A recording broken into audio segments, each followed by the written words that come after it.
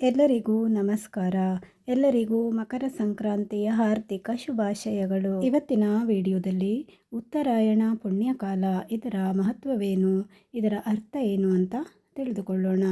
ಉತ್ತರಾಯಣ ಪುಣ್ಯಕಾಲ ಇದು ನಮ್ಮ ಭಾರತೀಯ ಸಂಸ್ಕೃತಿಯಲ್ಲಿ ತುಂಬಾ ಇದು ಅರ್ಥಪೂರ್ಣವಾಗಿ ಇದೆ. ಸೂರ್ಯನ ಚಲನೆಯನ್ನು ಆಧಾರವಾಗಿಟ್ಟುಕೊಂಡು ಕಾಲವನ್ನು ಅತ್ಯಂತ ವೈಜ್ಞಾನಿಕವಾಗಿ ವಿಂಗಡಿಸಲಾಗಿದೆ. ಅದರಲ್ಲೂ ವಿಶೇಷವಾಗಿ ಉತ್ತರಾಯಣ ಕಾಲವನ್ನು ಅತ್ಯಂತ ಪುಣ್ಯ ದಿನ, ಇದು ಒಂದು ಪುಣ್ಯ ಕಾಲ ಅಂತಲೇ ಹೇಳ್ಬೋದು.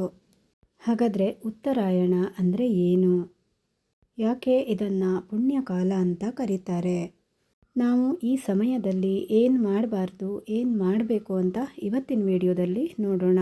ಹಾಗಾಗಿ ವಿಡಿಯೋನ ಎಲ್ಲೂ ಸ್ಕಿಪ್ ಮಾಡದೆ ಕೊನೆವರೆಗೂ ನೋಡಿ. ಹಾಗಾದರೆ ಉತ್ತರಾಯಣ ಅಂದರೆ ಏನು?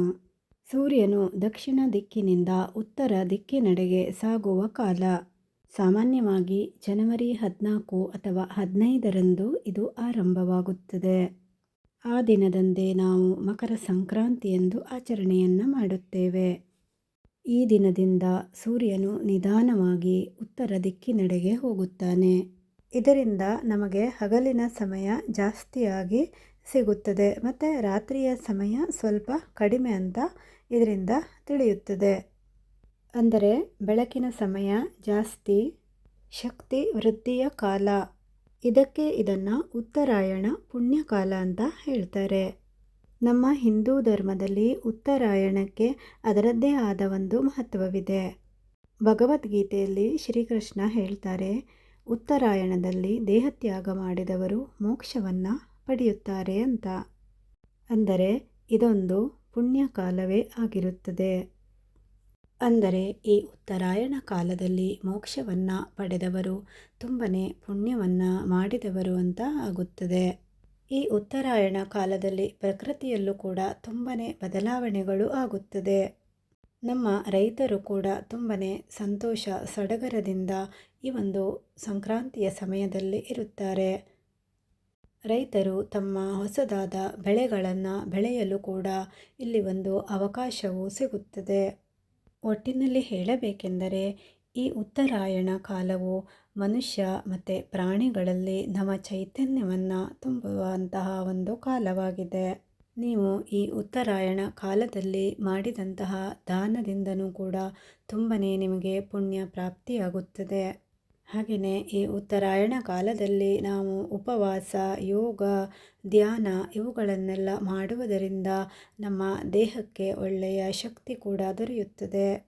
ನಾವು ಈ ಉತ್ತರಾಯಣ ಕಾಲದಲ್ಲಿ ಏನೆಲ್ಲ ಮಾಡಬೇಕು ಅಂತ ನೋಡೋಣ. ಈ ಒಂದು ಉತ್ತರಾಯಣ ಪುಣ್ಯ ಕಾಲದಲ್ಲಿ ನಾವು ಮುಂಜಾನೆ ಬೆಳಿಗ್ಗೆ ಎದ್ದು ಸೂರ್ಯ ನಮಸ್ಕಾರವನ್ನು ಮಾಡಬೇಕು. ಧ್ಯಾನ ಮತ್ತು ಪ್ರಾಣಾಯಾಮ, ದಾನ, ಧರ್ಮ, ಧಾರ್ಮಿಕ ಪಠಣೆಗಳು. ಈ ಒಂದು ದಿನ ನಾವು ಈ ಉತ್ತರಾಯಣ ಪುಣ್ಯ ಕಾಲದಂದು ನಾವು ಮಾಡಿದ ದಾನ ಧರ್ಮಗಳು, ಜಪ ತಪಗಳು ನಮಗೆ ತುಂಬನೇ ಒಂದು ಪುಣ್ಯದ ಫಲವನ್ನು ನೀಡುತ್ತದೆ. ಈ ದಿನದಂದು ನಾವು ಮಾಡಬಾರದಂಥ ತಪ್ಪುಗಳು ಯಾವುದು ಅಂತ ನೋಡೋಣ. ಅತಿಯಾದ ಸಿಟ್ಟು ಮತ್ತು ಅಸೂಯೆ, ಕೆಟ್ಟ ಮಾತುಗಳು ಮತ್ತು ದ್ವೇಷ, ಇದನ್ನು ನಾವು ಮಾಡಿದರೆ ನಮಗೆ ಒಳ್ಳೆಯ ಫಲಗಳ ಬದಲು ಕೆಟ್ಟ ಫಲಗಳು ಸಿಗುವುದೇ ಜಾಸ್ತಿ. ಉತ್ತರಾಯಣ ಆರಂಭವಾಗುವ ಕಾಲವೇ ಮಕರ ಸಂಕ್ರಾಂತಿ.